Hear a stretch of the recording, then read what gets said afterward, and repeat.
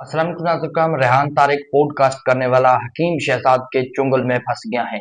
हकीम शहजाद लुगापाड़ ने रेहान तारिक को फंसा लिया और रेहान तारिक वो शख्सियत है क्योंकि थोड़ा सा पहले अरसा ही इसने पॉडकास्ट शुरू किए और फिर वो एनसीसीआई के एक अफसर है जिसने डक्की भाई को गिरफ्तार किया। उसके बार बार इंटरव्यूज किए और वो बहुत ऐसी बातें वो अफसर भी इसके वीडियो के अंदर करता था और ये भी सवालात करते थे जहां से ये वायरल हुआ।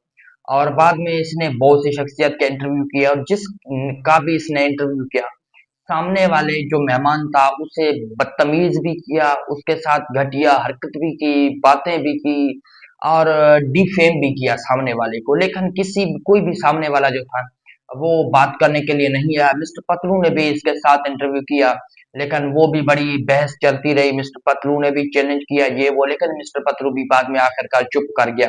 और ये बंदा बड़ा बेलगाम होकर घूम रहा था। और कुछ दिन पहले हकीम शहजाद का इसके साथ इंटरव्यू हुआ और हकीम शहजाद इसके सामने बैठा। लोगों ने बोला हकीम शहजाद को कि तुम फंस जाओगे, ये बंदा हर किसी को फंसाता है। तो हकीम शहजाद ने कहा कुछ नहीं। लेकिन आज हकीम शहजाद की तरफ से कानूनी जो लीगल नोटिस हैं वो रेहान तारिक को भेज दिया गया है 50 लाख रुपए का, कि रेहान तारिक ने हकीम शहजाद के साथ डील की थी। हकीम शहजाद को कहा कि आप मुझे इंटरव्यू दो, मैं अपनी पसंद के सवाल करूंगा, आपको फंसाऊंगा, आपके साथ बदतमीजी करूंगा, आपको किसी सवाल पूछूंगा, आप जवाब नहीं दे सकोगे।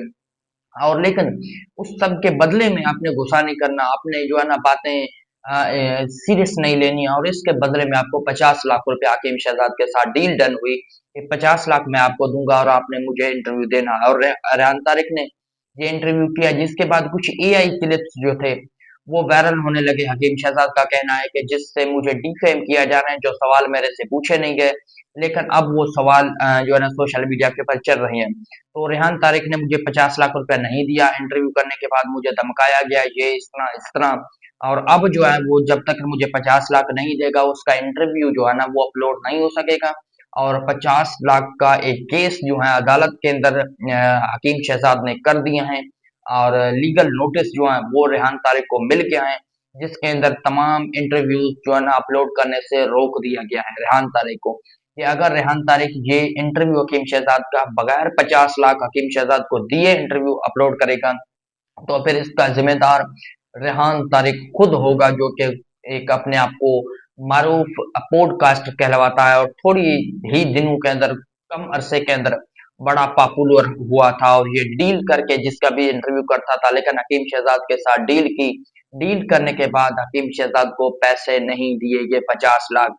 और अब हकीम शहजाद ने कहा है कि मेरा इंटरव्यू भी आप अपलोड नहीं करोगे जब तक आप मुझे 50 लाख नहीं दोगे। उसके अलावा 50 लाख का हर्जाना जो है वो अदालत के अंदर दायर कर दिया गया, अदालत के अंदर ये केस हो गया है और देखते हैं क्या बनता है। और इसके अलावा जो इसका दूसरा साथी था, एनसीसीआई का अफसर, जो जिसने डक्की भाई को गिरफ्तार किया था, ये दोनों मिलकर इन दोनों ने पॉडकास्ट शुरू किए और वो भी बड़ा वायरल हुआ। डक्की भाई को भी गिरफ्तार किया, पॉडकास्ट के अंदर आकर उसने भी अपनी पहचान बना ली और इसने भी उस शख्स का इंटरव्यू करके पहचान बना ली।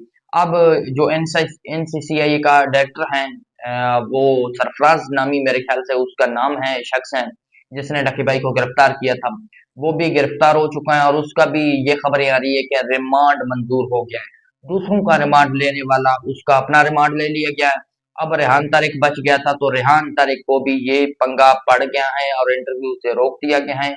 अदालत के अंदर केस दायर हो गया है, 50 लाख का हर्जाना और 50 लाख हकीम शहजाद को देने पड़ेंगे। अगर नहीं देगा तो फिर अगर ये बातें अदालत के अंदर जाती हैं तो फिर लगता है कि शायद रेहान तारिक जो दूसरों को गिरफ्तार करने वालों के इंटरव्यूज कर रहा था, उनके साथ बड़ी खुशी खुशी के अंदर बातें कर रहा था, वो खुद भी शायद हथकड़ी लगने वाली है और वो खुद भी गिरफ्तार होने वाले हैं और वो खुद भी जेल जाकर, और हम जैसे लोगों को ये मौका देंगे कि हम बात कर सकेंगे कि रेहान तारिक जेल के अंदर गया और रेहान तारिक गिरफ्तार हो गया।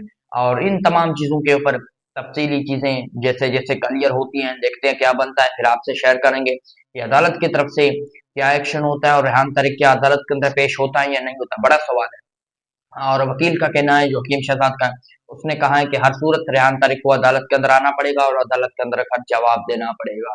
अल्लाह हाफिज।